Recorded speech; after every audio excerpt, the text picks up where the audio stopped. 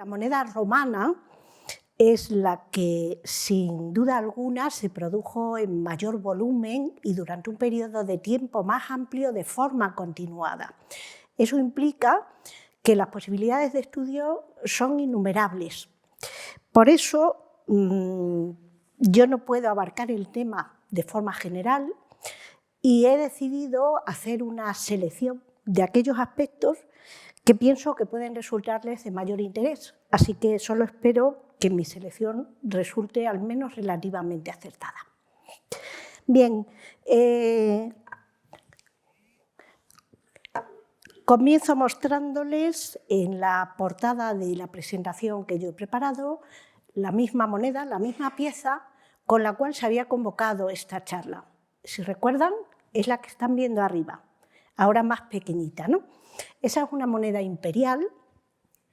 Es una moneda en la que, si pueden seguir la leyenda, se podría llegar a observar que fue acuñada por el emperador Tiberio entre el año 14 y el año 37 después de Cristo.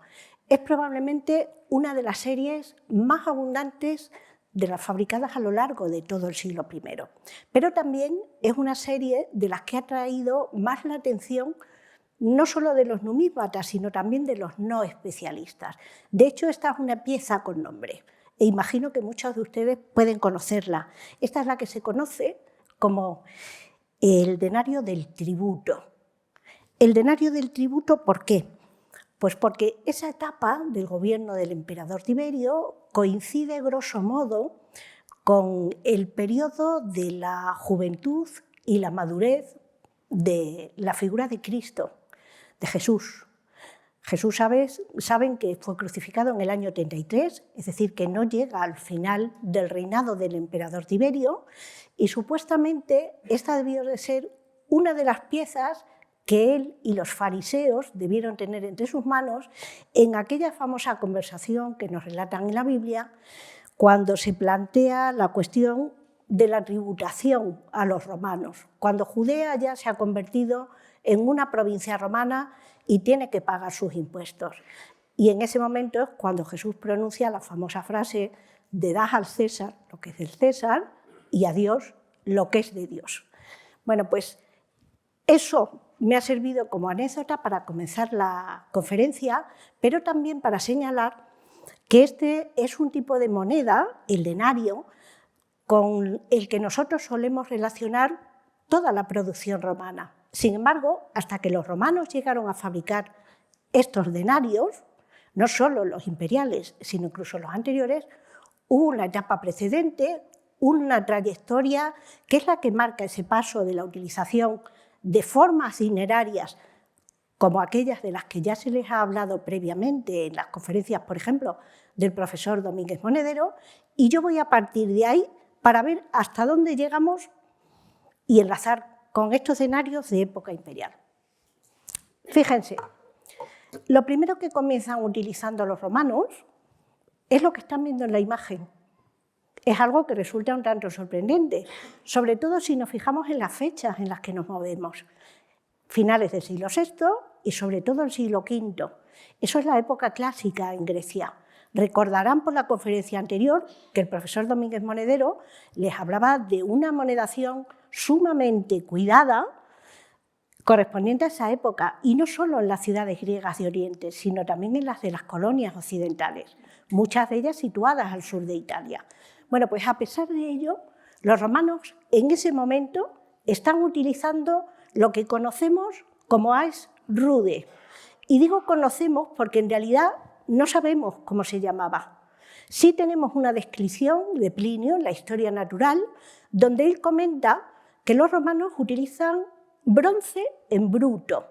Y esa es la traducción del término, ars rude, algo tosco, algo sin trabajar.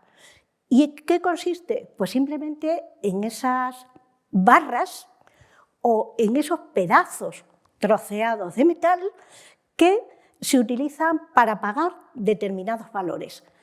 Esto no lo podemos unir, de todas formas, en ese contexto del siglo V, exclusivamente con Roma, porque si se fijan en el mapa, Roma está aquí, en el centro, pero Roma en ese momento es una pequeña ciudad y no tiene un territorio que realmente esté bajo su control, bajo su órbita.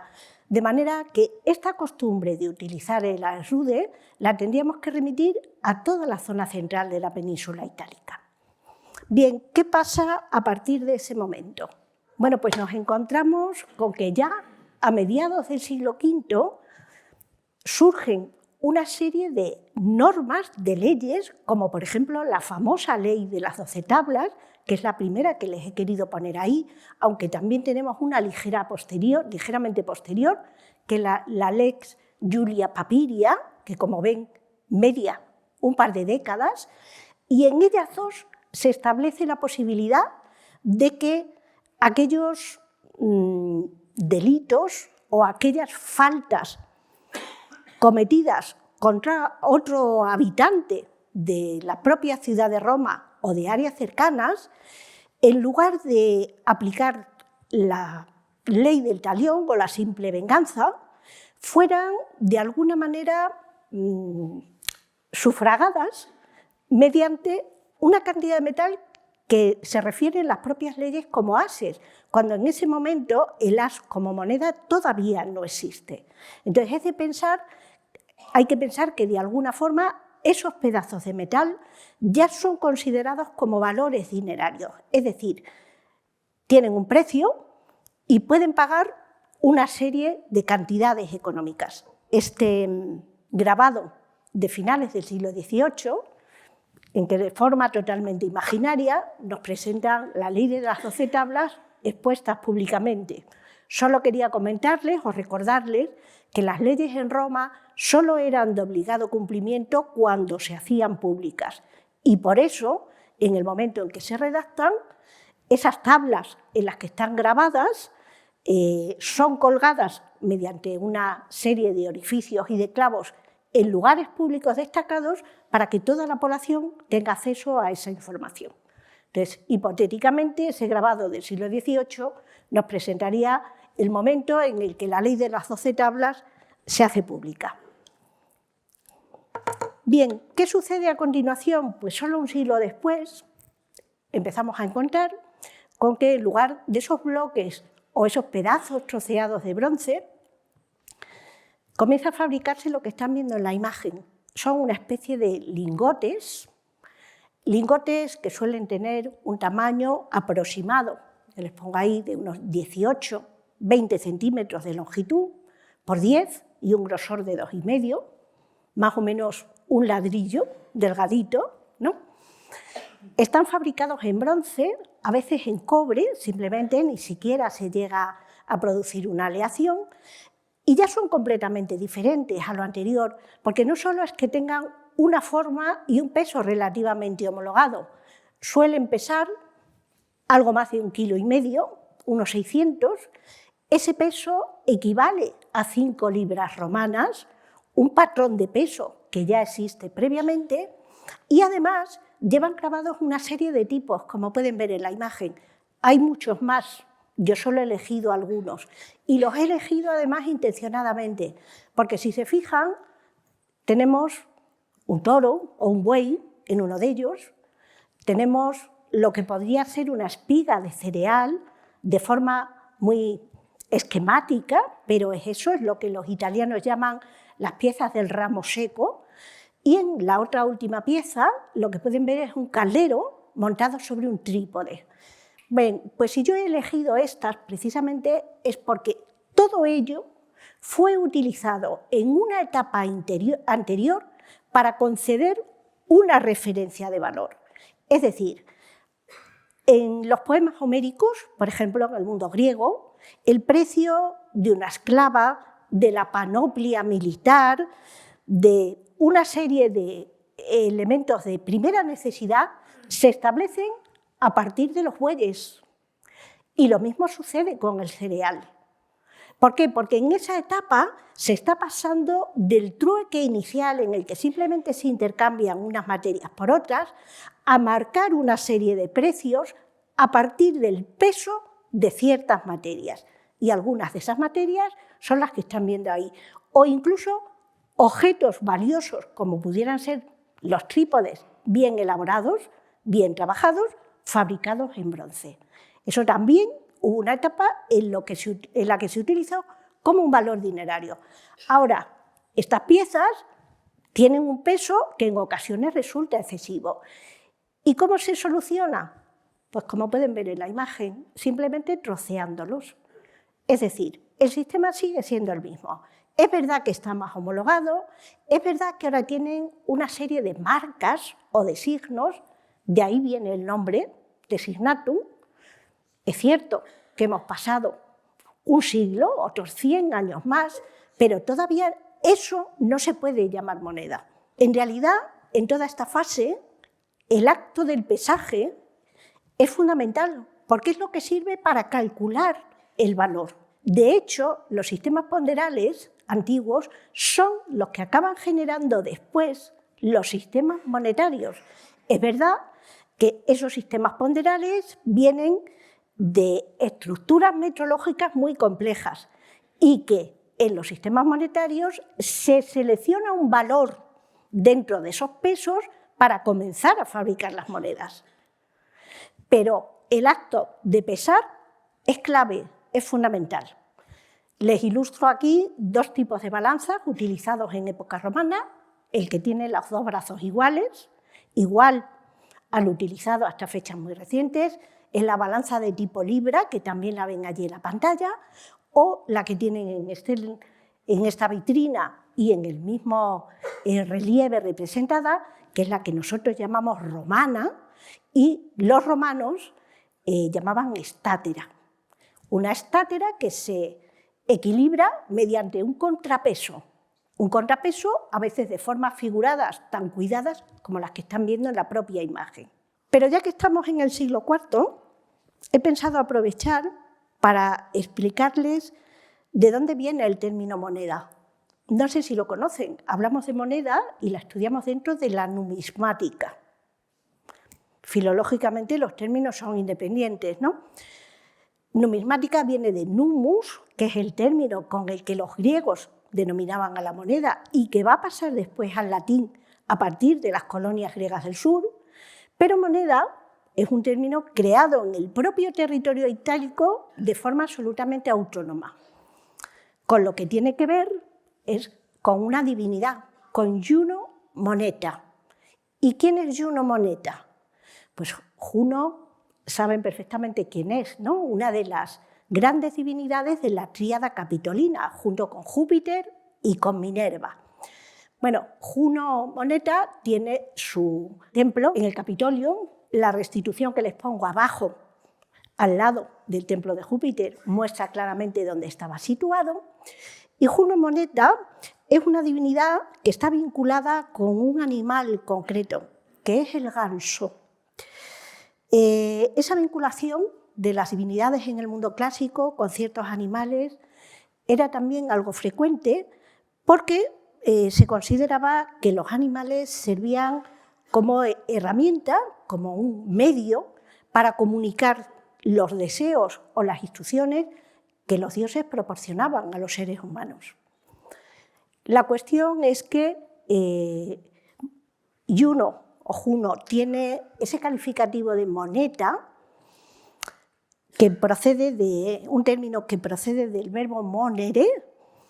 Monere significa advertir, avisar a alguien o simplemente enseñar. Y Juno tiene ese nombre por un hecho absolutamente legendario, pero que los romanos mantenían en su historia. Y es que Juno ordenó a los gansos que le estaban dedicados a ella en ese templo del Capitolio que comenzaran a graznar de forma exagerada una noche por un motivo muy concreto, y es porque ella tuvo la noticia de que los galos estaban intentando invadir la ciudad de Roma. Entonces, gracias a esa advertencia, a ese aviso de Juno, los romanos le ganaron la partida a los galos, que se supone que son los que están tratando de invadir la ciudad en aquella imagen que les pongo al final de la pantalla, y desde entonces los romanos decidieron que esta divinidad iba a ser denominada de forma habitual Juno Moneta, es decir, Juno la que avisa, la que nos advierte de todos los peligros. De ahí es de donde viene ese término de moneta. Sin embargo, poco después surge la primera ceca, el primer taller donde se empieza a fabricar moneda en Roma. ¿Y adivinan dónde van a situar la ceca? Por medio del templo de Juno Moneta. Y de ahí es de donde viene esa asociación entre dos términos que en principio no tendrían ninguna vinculación desde el punto de vista del significado lingüístico.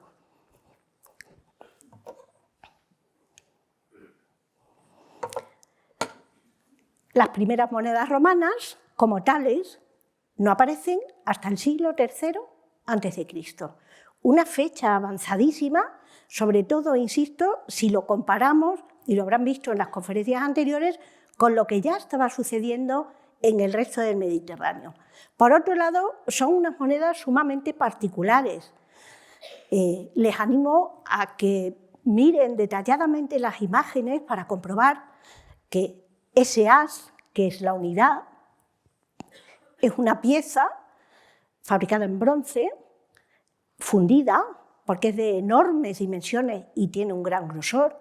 Ese as tiene un peso libral y, por tanto, ronda unos 327, 325 gramos. ¿Se imaginan cómo puede ser, no?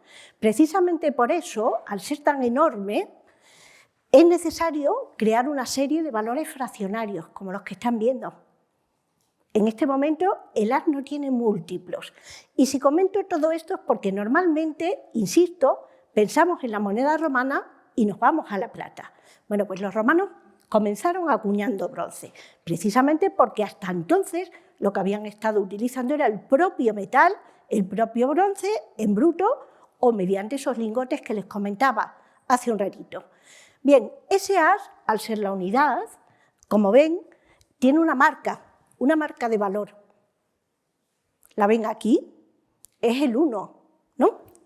Esa I, que es el numeral 1. Eso nos indica que se trata del valor máximo. Pero si se fijan en todas las que yo le he puesto en la pantalla, podrán observar que tienen un punto de coincidencia todas las monedas, ¿no? Todas ellas tienen una proa de un barco en el reverso. ¿Lo ven? ¿Cuál es la diferencia? Las marcas de valor que los romanos han ido poniendo. Ellos son conscientes de que esta moneda es enorme y necesitan esas fracciones. Entonces, van a dividir el as en 12 uncias. La uncia es la división máxima, que es esa que vemos ahí, y por eso una uncia tiene, como ven, un puntito. Lo mismo detrás de la cabeza que abajo, debajo de la proa. ¿Lo ven? Por debajo del as se va a crear también el semis. Semis es un prefijo que nosotros seguimos utilizando a diario para hablar de la mitad de algo, ¿no? Bueno, pues ese semis tiene su marca aquí encima de la proa, pero si la ven, también aquí debajo. Está tumbada debajo de la cabeza. Bueno, pues eso pesaría la mitad de los 327 gramos. Todavía sigue siendo una moneda excesivamente gruesa y pesada para un comercio diario, ¿no? Para las transacciones habituales. Y entonces por eso van a crear un sistema de fracciones. Es decir, una tercera parte del as, ya que hemos hecho la mitad, vamos a hacer ahora una tercera parte. Si el as tiene 12 uncias, esa tercera parte va a tener 4 uncias. Y esa es la razón de que ahí haya 4 globulitos, 4 puntitos, exactamente igual que en la otra cara. Y seguimos adelante. En lugar de una tercera parte, se elabora una cuarta parte. Eso vale 3 uncias. Una sexta parte, 2 uncias.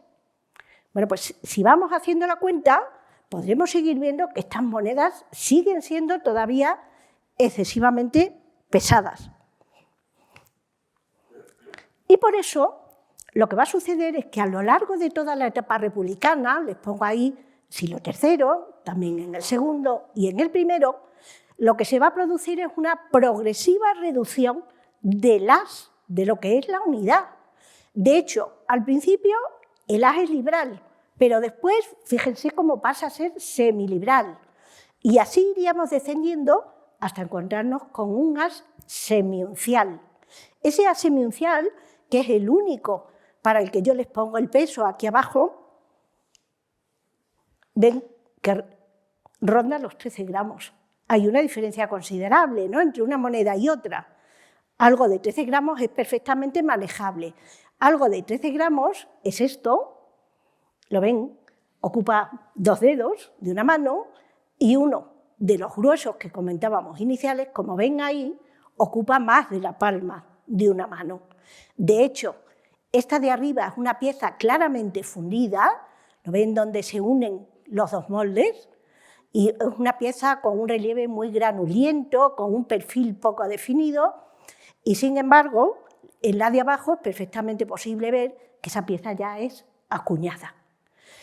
Sin embargo, la tipología no cambia, por eso el bronce romano de época republicana es muy fácil de identificar, es perfectamente reconocible.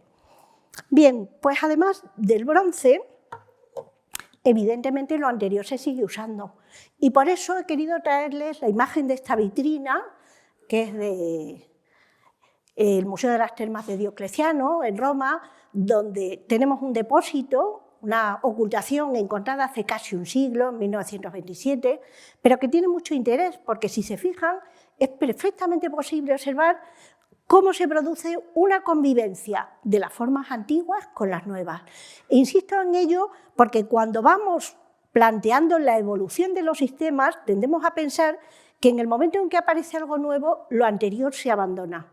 Y eso no es así.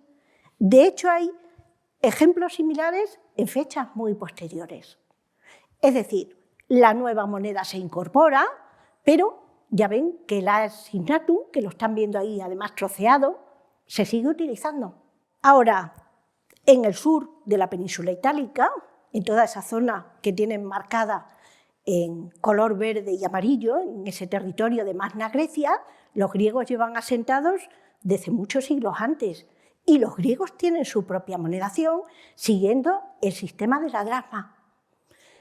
Entonces, claro, a los romanos les resulta particularmente difícil, ¿no? Ustedes imaginan cómo podrían realizarse esos intercambios comerciales desde el momento en que los romanos solo funcionan con ese sistema del as pesadísimo que se va a ir reduciendo progresivamente, pero no tienen moneda de plata con la cual hacer un intercambio respecto a la moneda griega.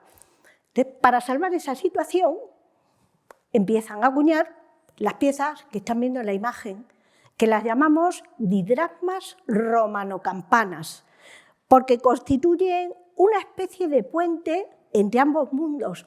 Si se fijan, yo creo que los propios tipos hablan por sí solos, ¿no? Esa cabeza masculina barbada con un casco corintio, que supuestamente es una representación del dios Marte, es mucho más griega que romana, ¿no? A pesar de que tengamos la leyenda en el reverso, una leyenda en la que, si se fijan, lo que pone no es Roma, como en la última. Yo lo he elegido intencionadamente para mostrarles cómo de aquí, y incluso en esta otra pieza central, a la de abajo hay un abismo. En la de arriba, aunque no se ve completo, e incluso en la de la loba capitolina, que es la que podríamos decir que tiene un tipo más romano, ¿no?, es el que todos identificamos con ese mundo republicano, lo que pone es romano. Eso es el genitivo de plural.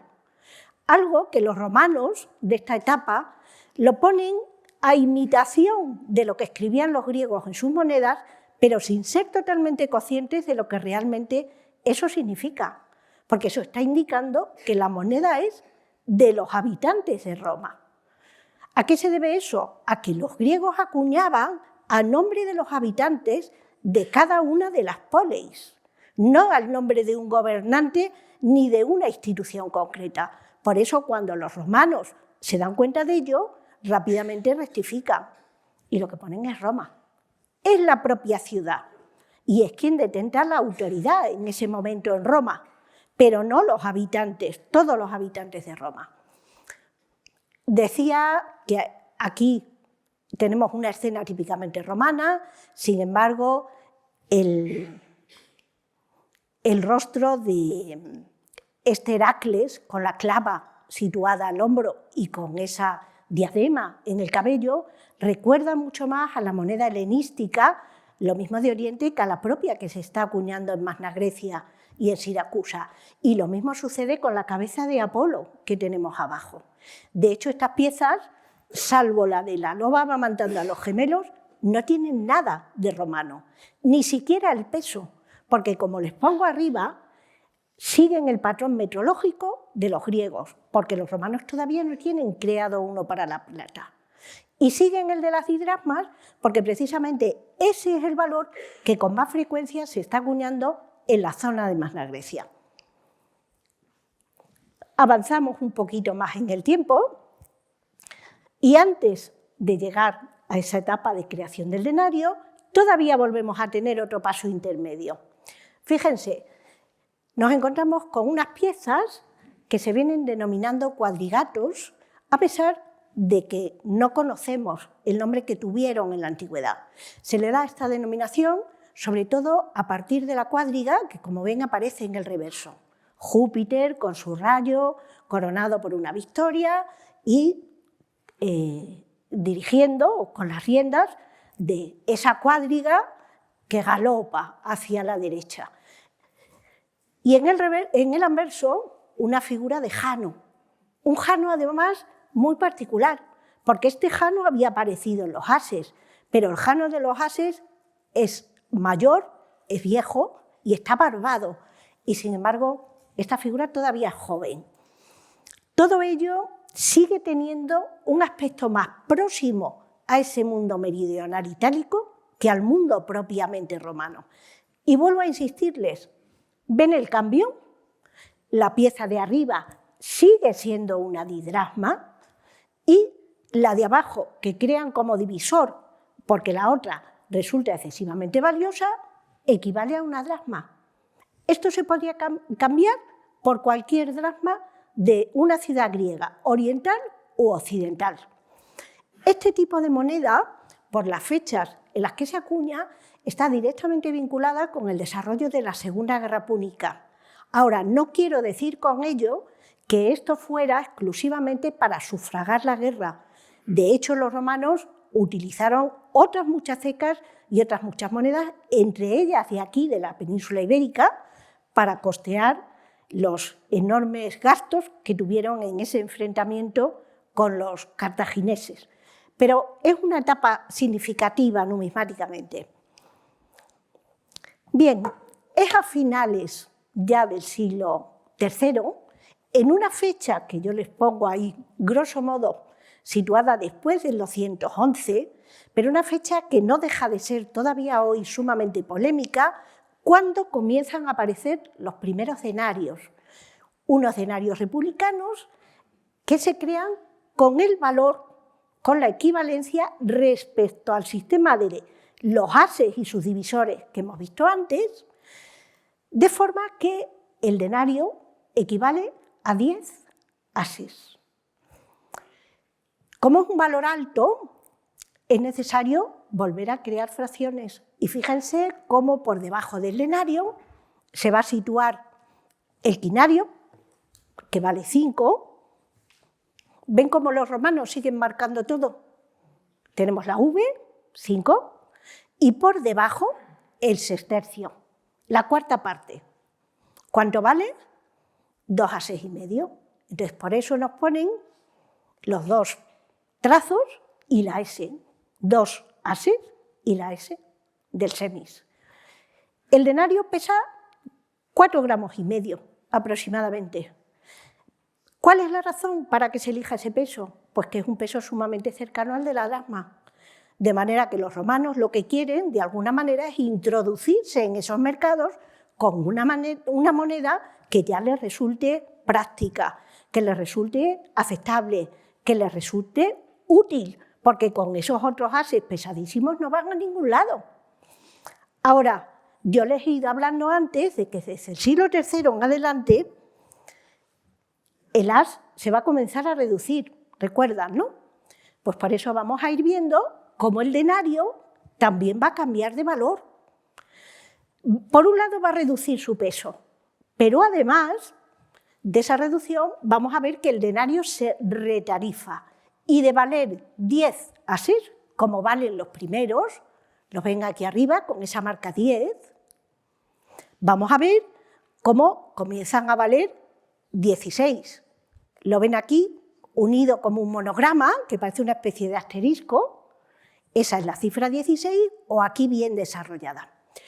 Esos mismos escenarios son relativamente fáciles de ubicar cronológicamente, porque si se van fijando en ellos, los más tempranos son los que llamamos series anónimas, porque no aparece ningún nombre.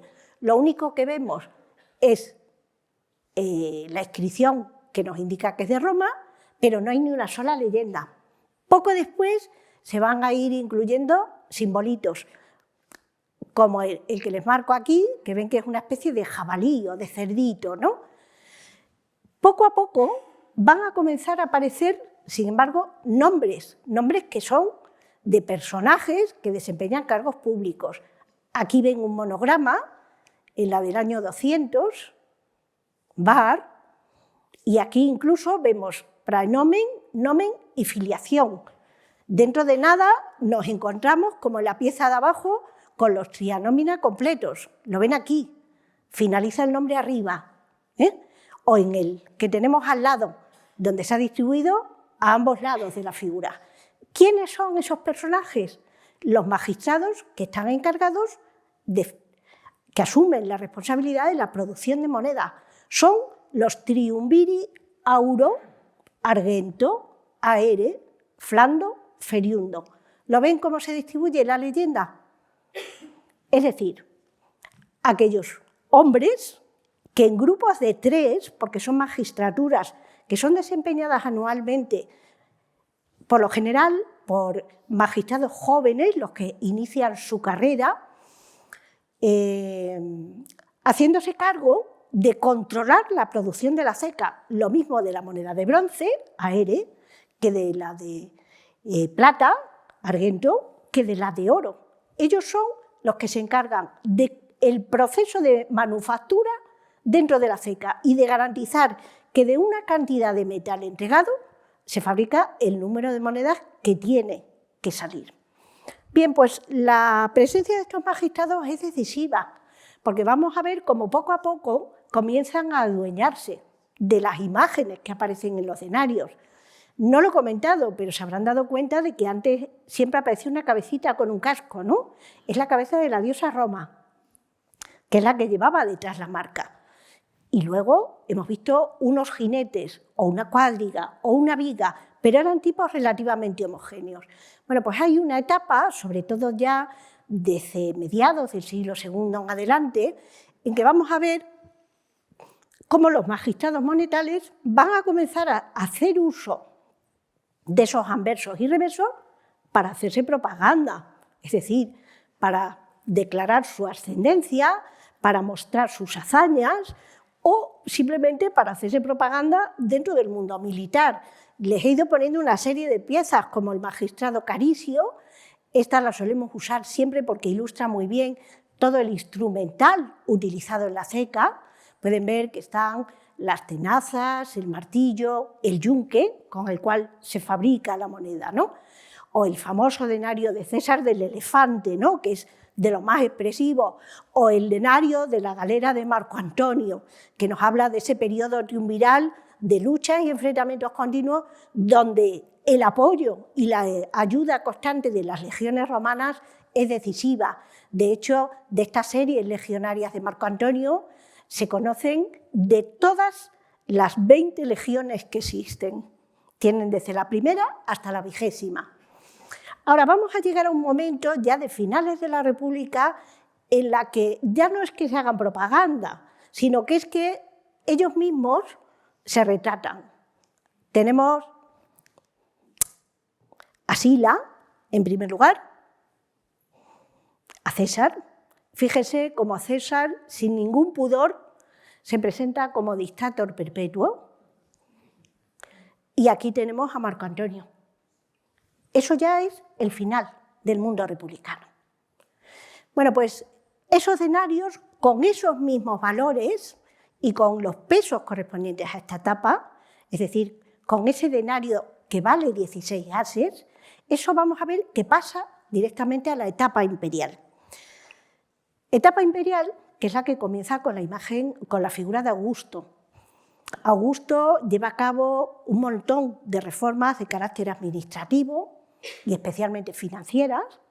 Él está preocupado por el tema de la tributación, por las cargas fiscales, y precisamente por eso trata de que el censo se elabore de forma regular para saber cuántos habitantes hay en cada región y quiénes tienen que tributar y de qué forma lo van a hacer. Y de hecho ese nuevo sistema impositivo supone un éxito porque va a conceder una estabilidad económica y una prosperidad que hasta ese momento no se había logrado en el mundo romano.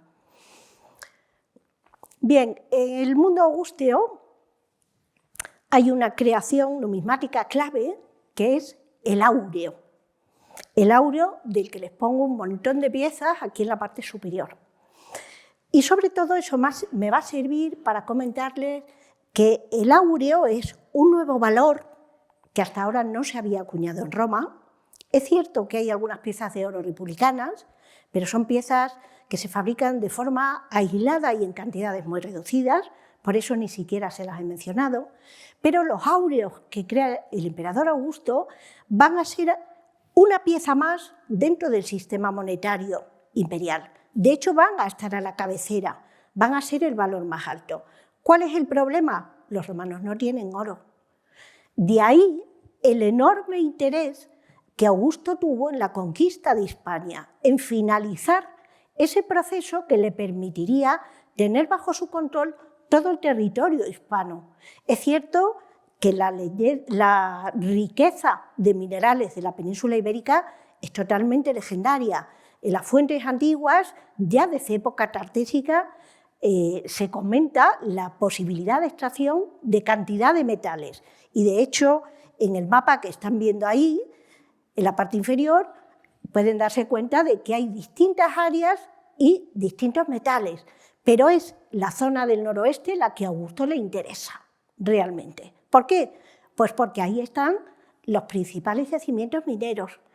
El más emblemático, y lo he puesto intencionadamente, las famosas médulas que este verano se nos han quemado casi de manera absoluta, ¿no? Una pérdida brutal. Esas médulas, cuyo nombre, no sé si saben, que procede de un diminutivo de la palabra latina meta. Meta significa pirámide. Es decir, médula es pequeña pirámide. Y ese nombre es el que se le concede a este tipo de paisaje que es generado artificialmente por la labor de extracción minera de los romanos. Una labor que es llevada a cabo por los ingenieros militares, porque fue necesario contar con mano de obra especializada que rentabilizara esa producción y que lograra no solo extraer el máximo, sino también además hacerlo en el menor tiempo posible. Ese oro de las médulas se canaliza después por la vía de la plata, el famoso iter emerita asturica, que baja hacia el sur, y desde allí se lleva a Roma para fabricar los áureos. Bien, a la cabecera de este sistema imperial, entonces, vamos a tener el áureo. Un áureo que, como ven, está por encima del denario, que se sigue manteniendo con ese valor de 16 ases que veíamos hace un momentito, y que va a valer 25 denarios. Realmente, teniendo en cuenta la ratio, la proporción que existía en esas fechas en el Mediterráneo entre el oro y la plata, ese precio es excesivamente bajo.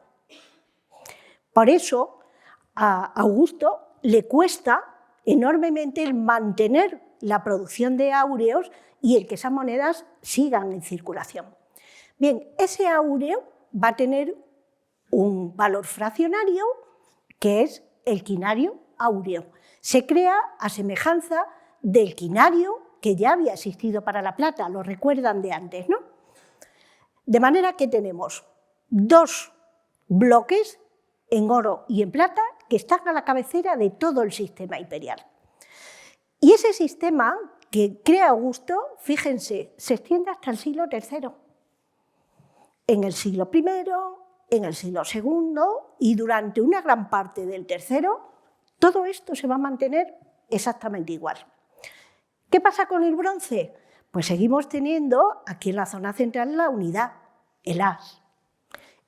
Ese as, que aunque yo no lo he puesto ahí, remite a esos 13 gramos y pico que veíamos en la última reducción de los ases republicanos, con lo cual Augusto retoma ese sistema y lo vuelve a implantar. ¿Cuál es la diferencia respecto a la etapa anterior? Pues que ahora, fíjense cómo las fracciones han quedado reducidas a 2. Ahora solamente tenemos semises y cuadrantes. ¿Por qué? Pues porque el as es mucho más pequeño y no nos interesa tener toda esa serie de divisores, de valores divisores que tenían en los tiempos republicanos. Al revés, saben que a medida que va pasando el tiempo los precios suben, ¿no? Hay que pagar precios más altos. Y entonces por eso lo que se hace necesario es crear múltiplos. Múltiplos como serán el dupondio, es decir, el doble as, y el sextercio. Un valor doble que es indicado al usuario mediante la utilización de esa corona radiada. La observan, ¿no?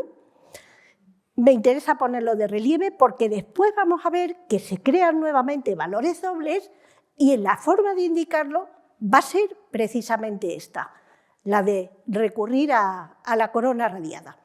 Bien, el sextercio. Si recuerdan antes, en la etapa republicana, yo el sextercio se lo tenía colocado como esa pieza chiquitita al final de la serie del denario. ¿Qué ha pasado?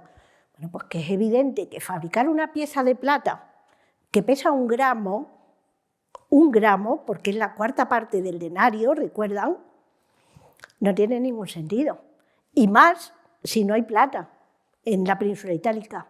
Entonces trae mucha más cuenta crear esta moneda grandota, y digo grandota porque su flan es enorme, los sextercios suelen tener un diámetro de 3,5 centímetros, con lo cual es una pieza que da mucho juego. Económicamente, porque vale 4 ases, pero también, como vamos a ver ahora, porque es una de las piezas que se va a usar con más frecuencia para desarrollar escenas, por ejemplo, de carácter conmemorativo. ¿Dónde está la ceca de Roma en este momento? Bueno, pues desde la época imperial, la ceca de Roma va a bajar del Capitolio, se va a despegar de ese templo de Juno Moneta y nos la vamos a encontrar situada en la Regio Tertia, es decir, donde está el Coliseo, muy cerca del Coliseo. De hecho, el perfil de la planta de la ceca, que lo tenemos aquí dibujado en un fragmento de la forma urbis, de ese gran plano de Roma que se grabó en época de Septimio Severo y del cual no tenemos todos los fragmentos, pero sí se ha recuperado uno donde se lee o se intuye que lo que pone es moneta. Pensamos que eso puede ser la planta de la ceca.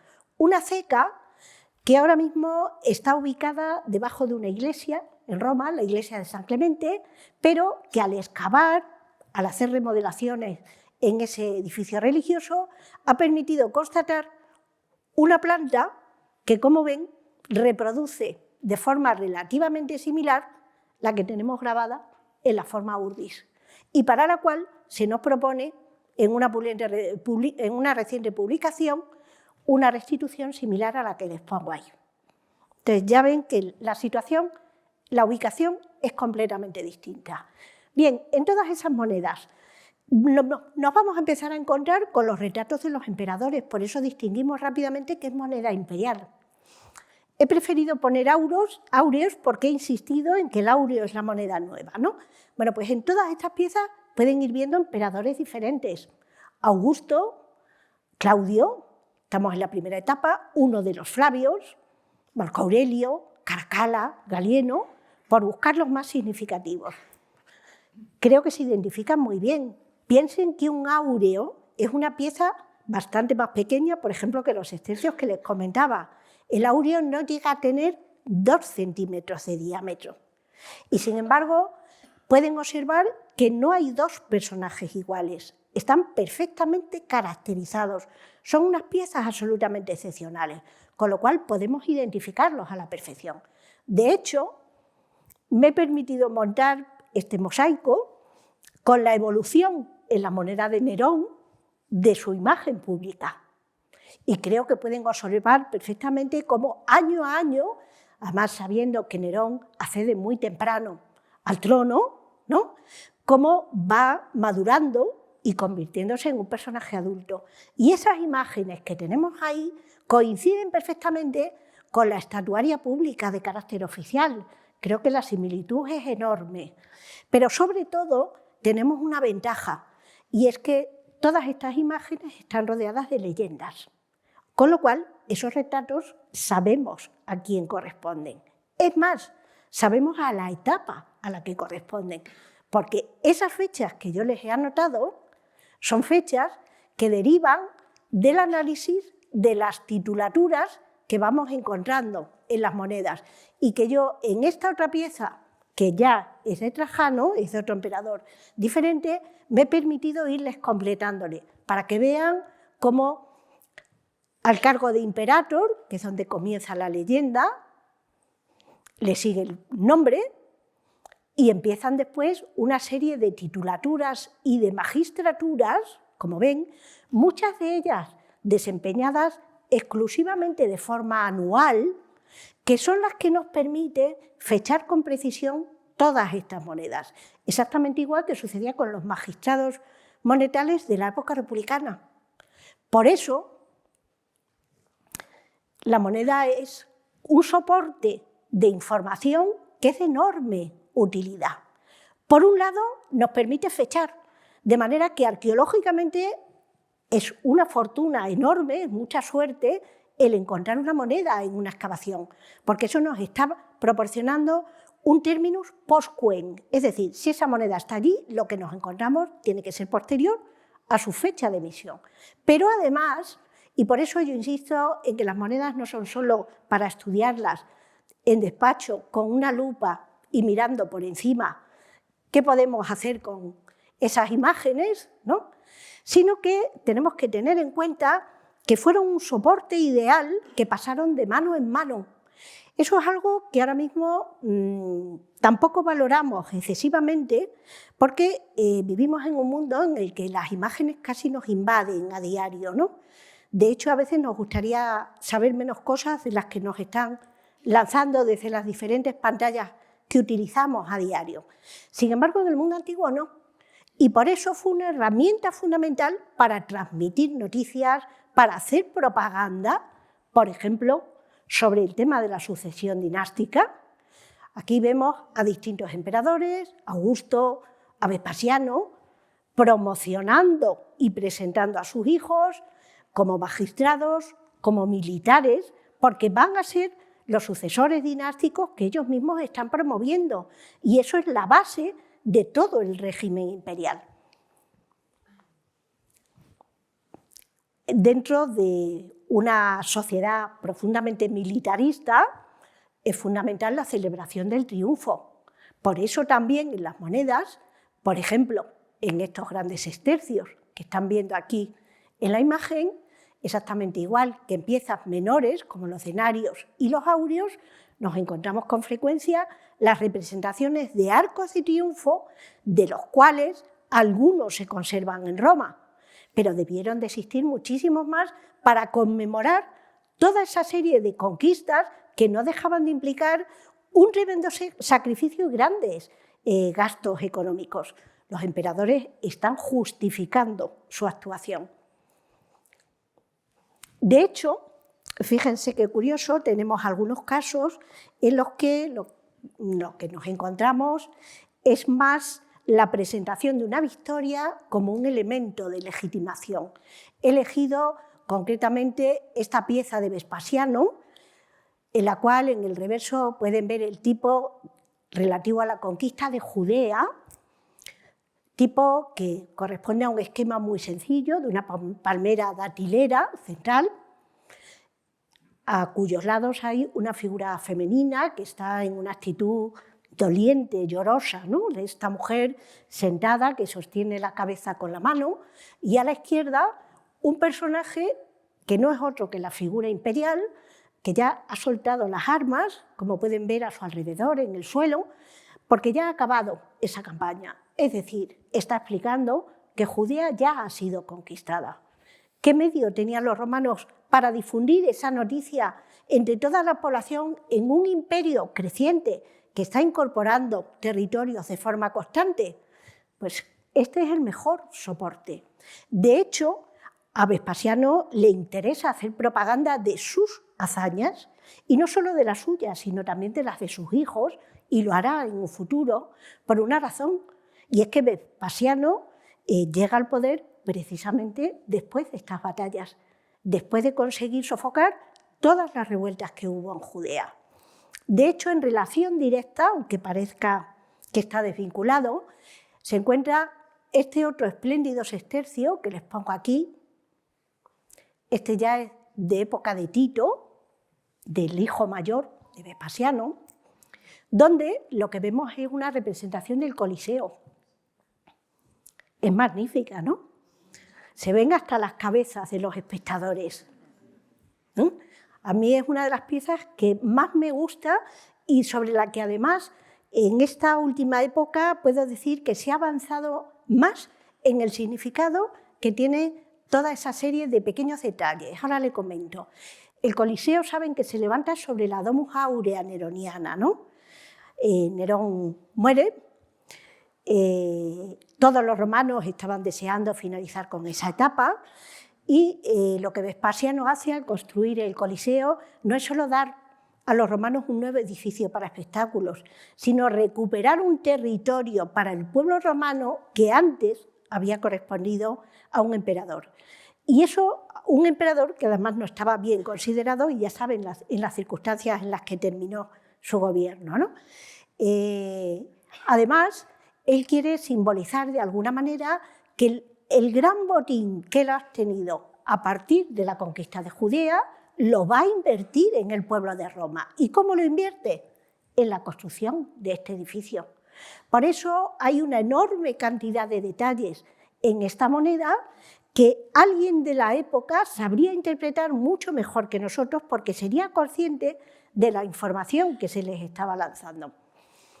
En la zona de acceso del Coliseo, esta sería la entrada central, aquí arriba se coloca una cuadriga como adorno exterior. Eso es algo que ahora mismo no se conserva.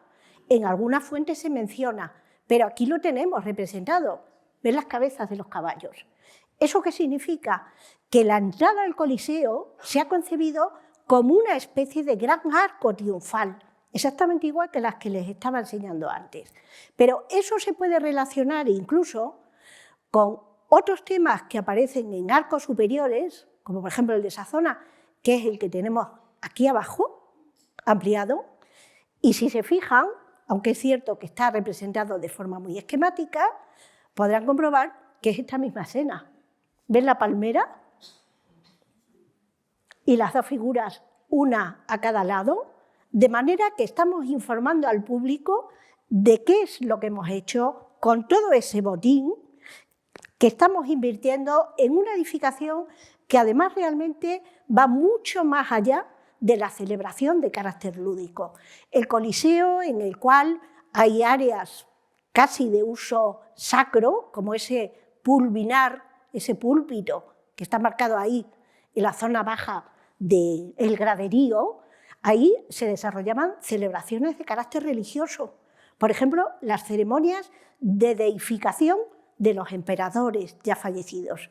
De hecho, Tito deifica a Vespasiano, que es su padre, y para ello lleva una estatua, un busto de Tito labrado en oro, montado en una cuadriga hasta la arena del anfiteatro de los Flavios.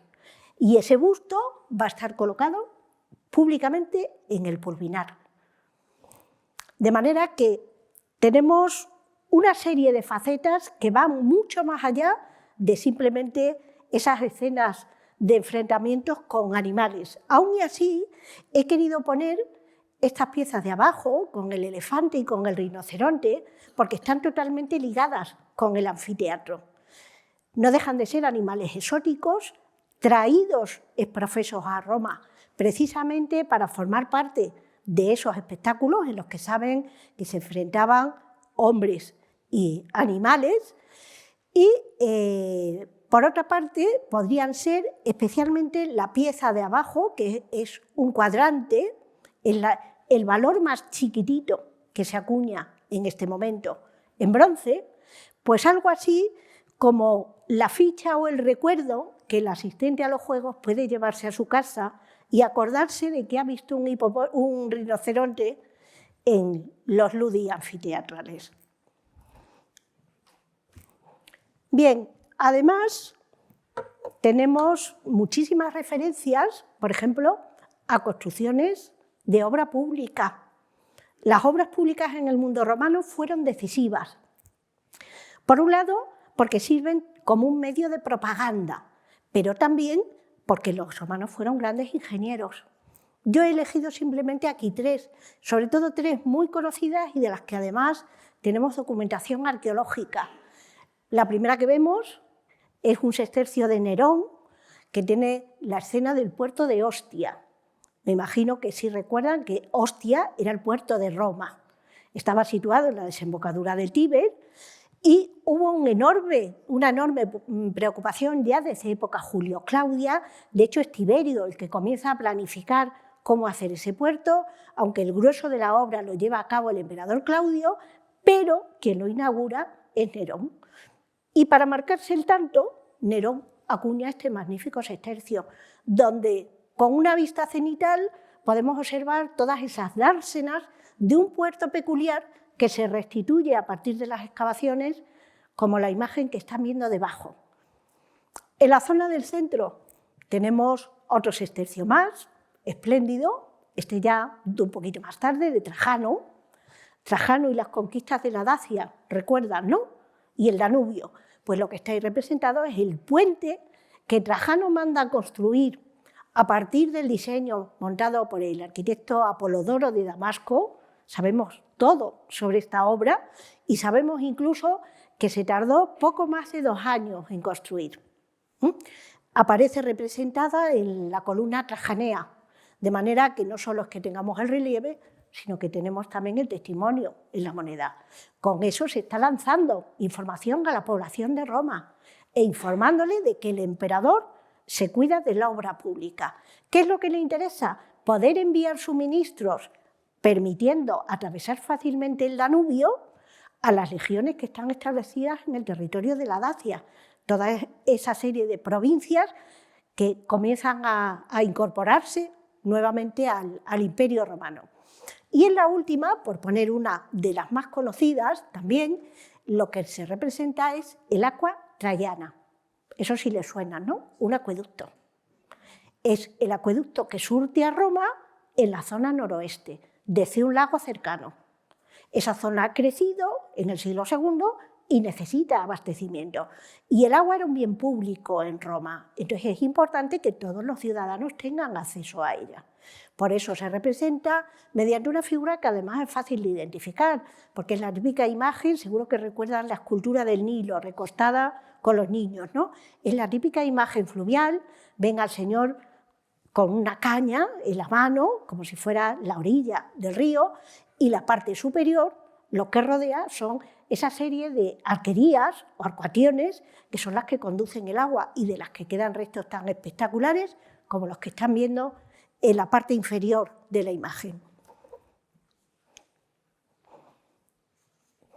Ahora, la moneda sirve también para reproducir, por ejemplo, aquellos lugares de carácter religioso, de carácter público, que han sido escenarios políticos significativos.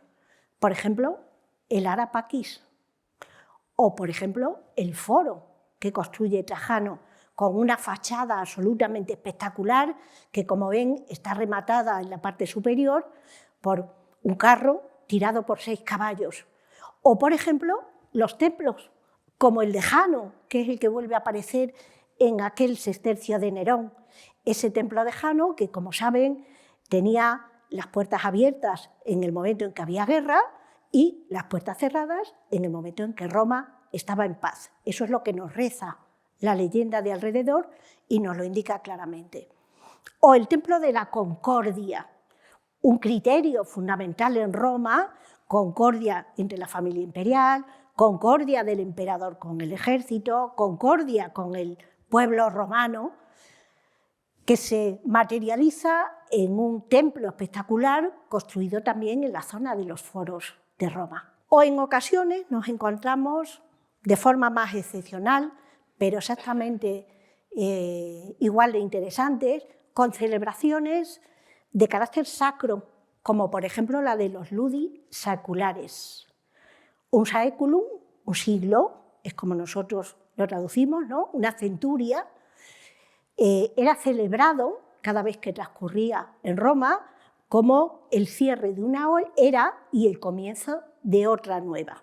Es cierto que no se celebra de forma totalmente periódica.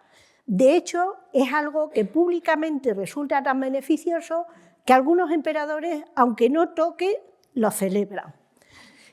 En este caso, en el momento en que Domiciano lleva a cabo esa celebración, sí tocaba, porque estamos situados a finales del siglo I y la anterior había sido de época augustia, con lo cual cuadran prácticamente los 100 años. Si tienen algo de especial, esta serie de Domiciano, que es por lo que he decidido ponerle esa selección, que no es el total de las monedas acuñadas relacionadas con este tema, es porque ilustran de forma clara el desarrollo de la celebración que narran las fuentes literarias. Fuentes literarias que documentan esta festividad de forma parcial y nos van informando de que hay un reparto, por ejemplo, de materiales, una serie de celebraciones religiosas, una serie de plegarias, como ven ahí abajo, ¿no? Una serie de procesiones, sacrificios, escenas con música en esos escenarios de carácter sacro, lo ven delante de un templo. Bueno, pues si se fijan, el interés que tuvo Domiciano precisamente en acuñar todo este tipo de series y en difundir la celebración de los ludisaculares fue buscando su propio beneficio. Porque si lo observan, en todas las escenas hay una figura que es mayor. ¿Lo ven? Es el emperador, es él. Él se ha introducido en cada una de esas escenas y se presenta interactuando con el resto del pueblo romano. ¿Por qué? Pues porque esto corresponde a una etapa en la que Domiciano ya está, vamos a decir, perdiendo un poco el favor del pueblo y está empezando a ser mal considerado. Entonces, lo que quiere mostrarse es como alguien que respeta las tradiciones romanas, como alguien que además tiene unas creencias religiosas profundas y sobre todo como alguien que está muy preocupado por su pueblo y que además comparte esas celebraciones. Así que fíjense si los programas de tipo propagandístico, como claramente es esta, tuvieron un medio clarísimo de difusión a partir sobre todo de estos grandes flanes monetales de los sextercios que les estoy mostrando. En muchas series aparecen las mujeres, mujeres que en muchos casos son esposas o hijas, pero en otras nos encontramos con situaciones tan sorprendentes como esta que vemos aquí, Matidia. Matidia es la madre de Sabina, es decir, la suegra de Adriano. Eso no resulta muy lógico, ¿no? Sin embargo, era la hermana del emperador anterior, de Trajano, con lo cual, de alguna manera, establece una conexión familiar, porque en este caso los emperadores no son descendientes familiares directos. Entonces, esas figuras femeninas claramente se utilizan de forma instrumentalizada. Es decir, todo esto que les pongo no puede suponer el que digamos que las mujeres tienen una actividad pública significativa, ni que tuvieron un protagonismo, vamos a decir, de tipo social o de carácter político, ni mucho menos. Estos retratos están al servicio del poder y la Casa Imperial, quien se encarga de diseñar estos programas de difusión, selecciona cuando es necesario a quién hay que representar. Bien, de toda esta etapa tan sumamente espectacular y brillante desde el punto de vista numismático, pasamos al siglo III. Y el siglo III es una etapa totalmente diferente. Es una etapa en la que se va a producir una crisis a todos los niveles y eso se va a reflejar. Una crisis financiera que lleva a un proceso de inflación y ese proceso de inflación obliga a que, aunque se trata de mantener una continuidad con lo anterior, por eso les vuelvo a poner el sextercio, el dupondio, el as, el semis y el cuadrante, es decir, en esta etapa todo eso sigue existiendo. Aquí ven otra vez denarios y áureos como antes. A pesar de eso, falta algo más, porque los precios ya están subiendo de forma desbocada. ¿Y qué es lo que se va a hacer? Crear una nueva moneda, el antoniniano. ¿Qué tiene en la cabeza el antoniniano, en la cabeza del emperador? La corona radiada que les comentaba antes para los dupondios, ¿recuerdan? Esa corona radiada que nos indica que esta moneda que llamamos antoniniano, también por vincularla con quien la crea, que no es otro que Caracalla. Ahora, Caracalla no es el nombre. Ese emperador se llama Marco Aurelio Antonino y de ahí es de donde derivamos el nombre de antoniniano. No sabemos cómo se llamó en su momento. Esta moneda supuestamente tiene atribuido el valor de doble denario. Y digo supuestamente porque, como pueden ver abajo, de aspecto son similares a los denarios, tienen el mismo tamaño, pero fíjense la pureza de la plata. Llegamos al final, ¿lo ven? Menos de un 5%. ¿Qué tienen esas monedas? Pues un ligero baño de plata, que evidentemente a nosotros ni nos ha llegado y a gran parte de los usuarios seguramente tampoco. Lo ven en el gráfico también, cómo desciende de forma brutal esa ley de la plata, de manera que esto es lo que podríamos llamar la primera moneda fiduciaria de la historia.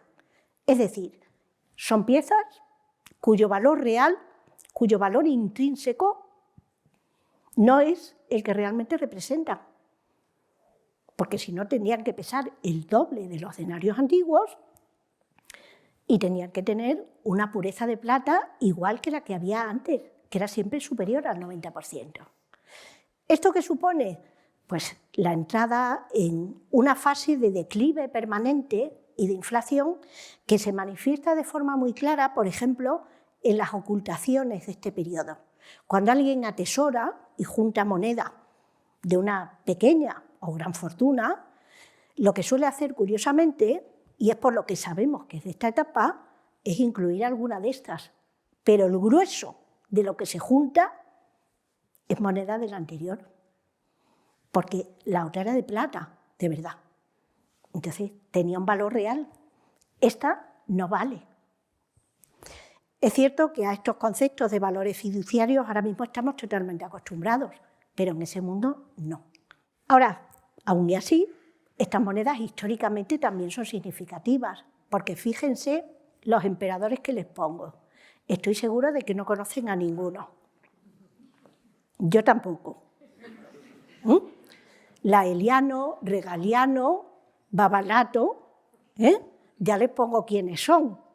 Pero fíjense en la nota que les pongo debajo, que es más curiosa todavía. Nos estamos moviendo en un periodo de la etapa central del siglo III, ¿lo ven? Los 50 años entre el 235 y el 284, donde gobiernan 35 emperadores y solo uno muere naturalmente. Yo creo que no hay más que explicar, ¿no? Bien, de ahí pasaríamos al siglo IV. Todo lo que ha habido antes se precipita hasta el punto de que Diocleciano, a comienzos del IV, en el 301, se ve obligado a dictar un edicto para fijar los precios máximos de las cosas necesarias, de las cosas venales. Bueno, pues ahí, en esos listados, Diocleciano va a ir estableciendo los precios de todo con valores en denarios. Ahora, estamos en un momento, en el siglo IV, en el que hay varios episodios epidémicos. Hay además un descenso enorme de la producción agrícola y hay sobre todo un problema grande con el ejército, porque el emperador tiene que pagarlos para que le sostengan en el cargo y no tiene con qué, porque es una etapa en la que ya no es inflación, es hiperinflación lo que se está viviendo. Entonces, lógicamente, el sistema monetario tiene que cambiar. De hecho, fíjense lo que sucede. Ahí tenemos en ese mapa las cecas que están funcionando para fabricar moneda en el IV. Antes era Roma y poco más. Ahora mismo tenemos un montón. Y la mayoría de ellas están distribuidas en la zona oriental. ¿Por qué? Pues porque las monedas que se fabrican ahora, que las ven allí en la mano, no tienen nada que ver con las anteriores. Si tienen que ver con algo, es con los antoninianos. Es decir, es moneda que carece de valor, es moneda que hay que fabricar en enormes cantidades para realizar pagos. De hecho, cuando se encuentran muchos de estos tesorillos, seguro que les suena por las noticias de prensa que no nos dicen cuántas monedas son, nos dicen los kilos. Sí les suena, ¿no? Porque se debían de llevar en sacos. Esto no tiene valor ninguno. Para pagar algo hace falta una barbaridad de piezas. Estas son las series que se acuñan. Ven que todos los nombres cambian. La ratio entre ellas también. Sigue habiendo moneda de oro, moneda de plata y moneda de bronce, pero, por ejemplo, esa pieza de arriba, que es el sólido, que es sobre lo último que voy a incidir, el sólido viene a sustituir al áureo anterior, pero no pesa, ni vale lo mismo que el áureo. Claro, estamos ya en una etapa de crisis económica profunda. Incluso si se fijan, la pinta, el aspecto que tienen esos retratos es completamente diferente, ¿no? Ahí tienen una de antes y otra del siglo IV, ¿no? Es Diocleciano el que introduce esa moneda junto con el edicto de los precios y lo único es que ese sólido va a ser la moneda que continúe en uso en el Imperio Bizantino, en la zona oriental, a lo largo de toda la Edad Media. De hecho, por ejemplo, en la zona occidental europea, el sólido deja de acuñarse cuando el Imperio Romano Occidental cae. Y es verdad que se va a mantener el sueldo, si le suena, como referencia de valor medieval, ¿no? Pero no como moneda, simplemente como una unidad de cuenta o como un patrón de peso. Los tipos, como les señalaba antes, son completamente diferentes. Ya no tenemos esos retratos individualizados. Ahí nos pone que es Arcadio, y yo sé que es él por eso, pero a mí ese retrato no me dice absolutamente nada porque es inexpresivo. Incluso el tocado que lleva ya no son esas láureas o esas coronas que veíamos, sino que es un atuendo mucho más orientalizante, con esas diademas de perlas, ¿no? Que se asemejan en gran medida a los personajes que tienen en los mosaicos de abajo y que nos llevan al mundo de Rávena directamente. Las leyendas también son todas diferentes. Antes veíamos, lo ven allí, Imperator, Caesar, el nombre, ¿no? Y todas las magistraturas con los títulos correspondientes. Ahora mismo, ¿qué es lo que encontramos? En esta lo pueden ver. DN, que no es otra cosa que Dominus Noster. ¿Y eso qué significa? Nuestro Señor. Estamos ante el inicio de las fórmulas feudales. Ahí ya hay una relación total de vasallaje entre el emperador y sus súbditos.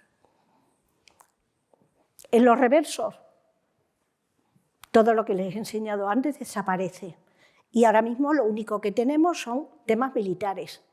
Victorias, trofeos, cautivos, el emperador victorioso, soldados con estandartes. Los pueden ir buscando, todos y cada uno de ellos. Leyendas. Gloria Romanorum, la gloria de los romanos.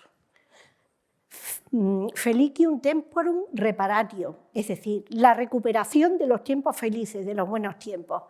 Entonces, como les pongo ahí, es casi la expresión de un deseo de algo que no tienen y que están esperando poder recuperar. Eso es lo que caracteriza a la moneda de esta etapa. Bueno, pues ese es el final de la conferencia. Espero que les haya resultado atractivo o al menos de cierto interés. Y esto enlaza directamente con el tema de otra próxima conferencia, que es el del mundo visigodo, porque la moneda de época visigoda, de donde arranca, es ese último solidus que yo les he puesto. ¿De acuerdo? Gracias.